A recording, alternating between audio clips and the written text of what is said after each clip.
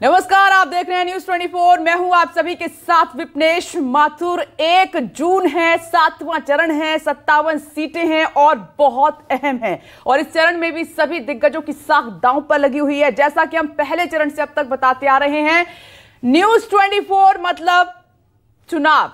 जी हां, सबसे ज्यादा पसंद करते हैं न्यूज 24 को देखते हैं, इसलिए बड़ी जिम्मेदारी हमारी ये है कि हर सीट, हर पोलिंग स्टेशन का हाल आपको बताएं, पहली तस्वीर दिखाएं, मतदाताओं के मन में क्या चल रहा है वो टटोल कर आपको बताएं।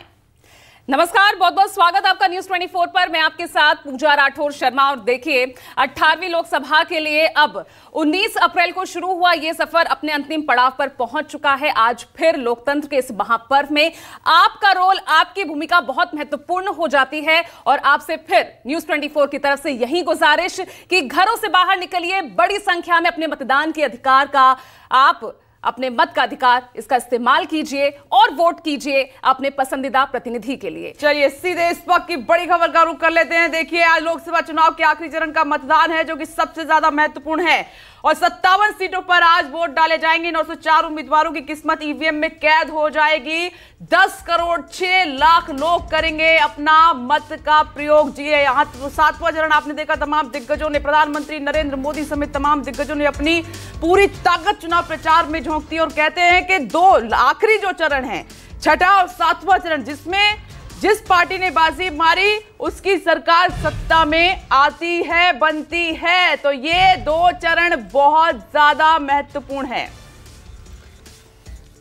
और चलिए, इस बीच हमारे साथ तमाम सहयोगी ग्राउंड जीरो से जुड़ चुके हैं। ग्राउंड जीरो पर क्या माहौल है, सीधा रुख कर रहे हैं। आपको बता दें, इस वक्त हमारे साथ चंडीगढ़ से विशाल इंग्रेज जुड़ गए हैं, मिर्जापुर से अशोक तिवारी हैं और साथ ही हमारे साथ बशीरहाट पश्चिम बंगाल मनोज पांडे जुड़ गए हैं। देखिए, तमाम सहयोगी ग्राउंड जीरो पर तैनात हो चुके हैं। तो चलिए हाल जानते हैं। सबसे पहले मैं रुक कर लेती हूं मिर्जापुर का। अशोक तिवारी, आपके पास आ रही हूं। यूपी की 13 सीटें, लेकिन मिर्जापुर की बात करें तो एक ही जाति के 2 प्रत्याशी, बेहद इंटरेस्टिंग मुकाबला यहां पर है। और अनुप्रिया पटेल तीसरी बार हैट्रिक लगा पाती हैं या नहीं, कितना आसान ये चरण उनके लिए, ये मतदान जो चुनाव है कितना आसान दिख रहा है। और साथ ही दिखाइए तस्वीर पोलिंग बूथ्स की।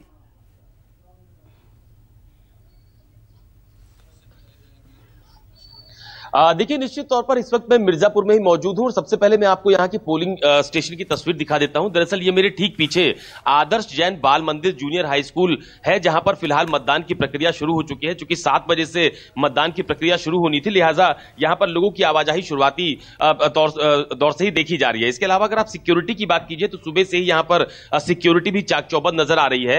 मैं आपको जो पोलिंग बूथ है उसके अंदर की तस्वीर भी दिखा देता हूं कि आप देखिए कि चूंकि 7 बजे से मतदान होना था, लिहाजा यहां पर जो ड्यूटी करने वाले लोग हैं वो भी पहुंच चुके हैं। सिक्योरिटी मैंने आपको बाहर पहले ही दिखाई। और इसके अलावा आप देखिए, अंदर आपको लंबी लंबी कतार यहां पर वोटिंग के लिए जो लोग पहुंचे हैं उनकी देखने को मिलेगी।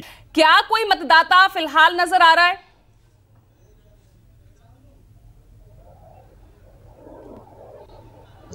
देखिए, निश्चित तौर पर जिस कॉलेज में इस वक्त मैं मौजूद हूं वहां पर आप देखिए कि सुबह 7 बजे से मतदान की प्रक्रिया शुरू हुई है और लंबी लंबी लाइन आपको यहां पर देखने को मिलेगी।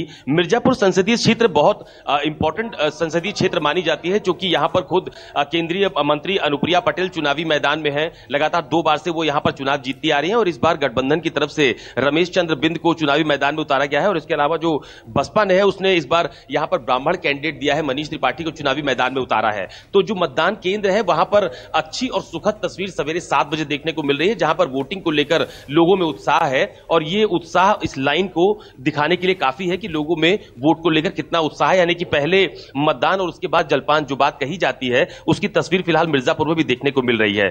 कुछ लोग भी मौजूद हैं, उनसे बात भी कर लेते हैं। दादा, क्या नाम है आपका? जी, क्या नाम है आपका? महेंद्र प्रसाद। तो सुबह सुबह पहले वोट, उसके बाद चाय? तो सुनाई कम पड़ता है। अच्छा, आप कम सुन पाते हैं। क्या नाम है आपका? अमरेश मिश्रा। अमरेश मिश्रा, मुझे बताइए कि पहले वोट करना है फिर जलपान करना है? हाँ, पहले वोट तब फिर जलपान। और क्या चुनावी लड़ाई है मिर्जापुर में?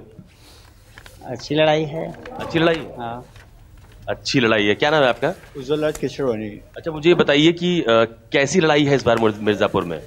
कोई लड़ाई नहीं है, सारा वोट विकास के लिए है, सारा वोट राष्ट्र हित के लिए है, सारा वोट हमारे माननीय प्रधानमंत्री जी की विकास की ओर है। पूरी जनता इस बार फिर से मोदी, जैसे मोदी ने अपने पूरे देश को अपना परिवार माना है, पूरा परिवार हमारे मोदी जी के लिए। दादा क्या नाम है आपका? रामेश्वर चौरसिया। तो वोट डालने आ गए सुबह सुबह आप, लड़ाई वड़ाई है? नहीं लड़ाई नहीं, सब काम सही हो रहा है। सब काम सही हो रहा है? क्या कह रहे हैं, नहाए नहीं है? नहाए नहीं, पहले वोट डालिए, नहाएंगे बाद, नहाइए बाद में, सारा काम बाद में। सारा काम बाद में। तो ये इस बार गठबंधन से लड़ाई है क्या मिर्जापुर में? लग तो रहा है, लेकिन क्या लड़ाई क्या है? लड़ाई है? हाँ, लड़ाई तो है। लड़ाई है। दादा किसके किसके बीच में लड़ाई है? आप दो ही पार्टी दिख रहे हैं, देखिए जो होता है। हम लोग अपना काम करने आए हैं, हम लोग अपना काम करेंगे, उसके बाद आगे जब गिनती होगा देखा जाएगा। उसके बाद देखा जाएगा। भैया आप भी वोट डालने आ गए सुबह सुबह, तो लड़ाई वड़ाई है यहाँ पे कि नहीं? हमें तो नहीं लग रहा है कोई लड़ाई। नहीं रही है? कोई लड़ाई नहीं है, हाँ।